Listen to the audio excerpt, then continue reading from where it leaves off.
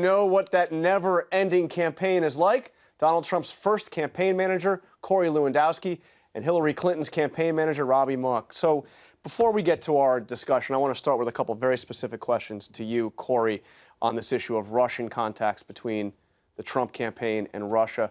You were his campaign manager for a time. Did you ever have any contacts with any Russians? Never. Never? Never. All right, well, I want to play for you the way Donald Trump answered that question when I asked him at the press conference. I just want to get you to clarify, because it's a very important point. Can you say definitively that nobody on your campaign had any contacts with the Russians during the campaign? Well, I had nothing to do with it. I have nothing to do with Russia. I told you. I have no deals there. I have no anything. Okay, he didn't quite answer my question. I asked you a different one about you specifically. What about others? Were others on the campaign or associated with the campaign at any time in contact with the Russians? I don't know of any person working on the campaign that ever had a contact with a Russian agent or a Russian affiliate or anybody that has to do with Russia. So you don't know of any. Is it possible that somebody that you didn't know of, maybe somebody the president know of? Look, I have spent enormous amount of time with candidate Trump during that campaign. Never, ever during my time with him did I ever hear him, instruct him, see him, ever ask somebody to reach out to anyone from a foreign government, ever. It's exactly right. And look, I was the campaign manager for 18 months. Never during that period of time. But you can't speak for Paul Manafort, for others. I don't know what people do when they're not in the, in my presence. I don't know what they're doing in their own private time. I can tell you that unequivocally, I have never seen anybody who I have directed or the president directed ever reach out to someone from the Russian government. They've never been instructed to do so, ever. Robby. Never. I believe, Corey, that he never reached out. He's not one of the names that was listed. But Paul Manafort's connections to the Russians are clear. They paid him a lot of money to help get candidates elected that they wanted in the Ukraine. It's not surprising to me that they might be trying the same thing here in the United States. And what's particularly frightening to me about the situation is that these phone calls that Trump associates had with Russian agents were picked up because the NSA taps these Russian agents regularly. This isn't speculation. These are phone calls that were actually picked up. And what's also scary is that you saw the president kind of deflect the question. He won't answer it. And the more we learn about this, the closer and closer it gets to President Trump. Well, just to clear, what your allegation is that what the intelligence community says was clear evidence that the Russians were behind the DNC hack.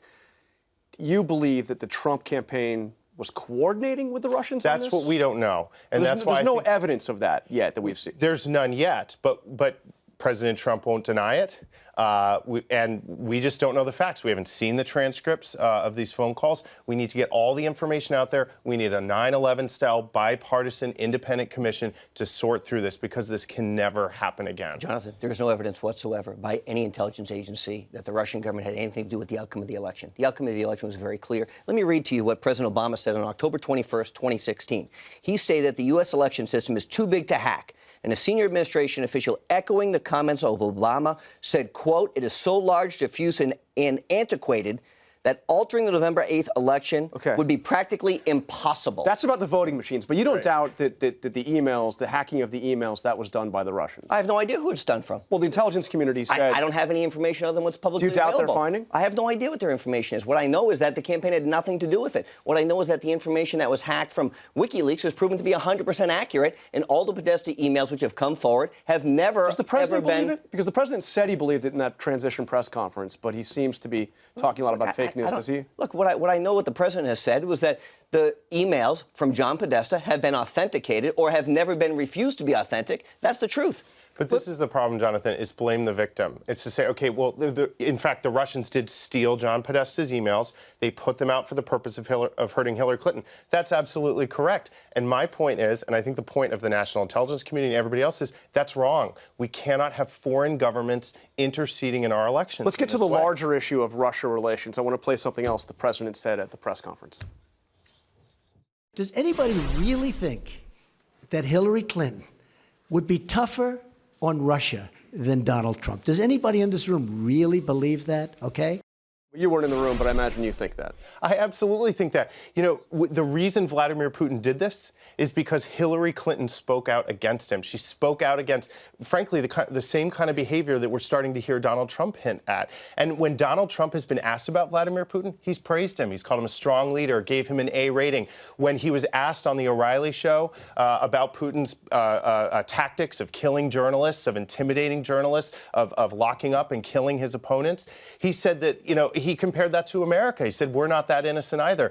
I mean, the intelligence community said that it was the Russians. I mean, they wouldn't be doing this Jonathan, because they had why, as the world's greatest superpower that we are, don't we want to work with another superpower to eradicate ISIS and ISIL in places where we have a common goal? Why don't we want to do that? Hillary Clinton is saying we don't want to eradicate ISIS, is what she's saying by not wanting to work with Russia. Well, she's not saying that. I don't understand. Look, if we can have a country that works with Russia for the same goal, which is to devastate, destroy, and kill ISIS in their place as opposed to them coming here, why isn't that a good thing? I'm missing it. The problem is that Vladimir Putin devastates and destroys his enemies. He's been devastating and destroying the Syrian people, and Hillary Clinton spoke out against that. She had the courage to do that, and she paid a price because Vladimir Putin interceded in this election. Hillary Clinton did not lose this election because of Vladimir Putin. Hillary Clinton lost this election because she couldn't connect with females. She lost this election because the African-American vote was down from historic proportions where it was 4 and 8 years ago. Hillary Clinton did this because she was a terrible campaigner, and they ran a terrible campaign and lost in states that Democrats hadn't lost in 30 years. That's a fact. By the way, why is the president still obsessed with the election results? I mean, he's president. Not obsessed. He's not obsessed. He brings it up all the time. But you have to understand,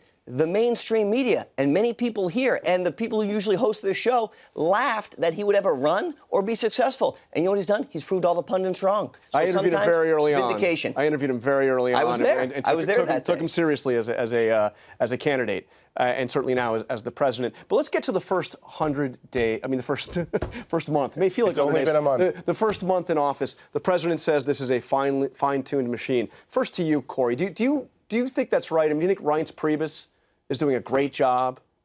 What I think is the president is implementing the promises that he made on the campaign trail. 24 executive orders already signed into law. 4 visits from foreign leaders already. 14 cabinet members done. He has put out significant policy already. He has nominated a Supreme Court justice to fill the vacancy. If you look at what he's accomplished in 24 days. Who's in charge? Who's in charge over there? The president of the United States is always in charge. But in terms of the staff, Priebus, Bannon, Look, Kushner. Jonathan, this is a narrative that only the Washington, D.C. community No, but I'm just asking you, when you look at the staff. Is the chief of staff. Yeah. That is the person who runs the White House. There's no question about that. And I think that the people in the White House have very different functions.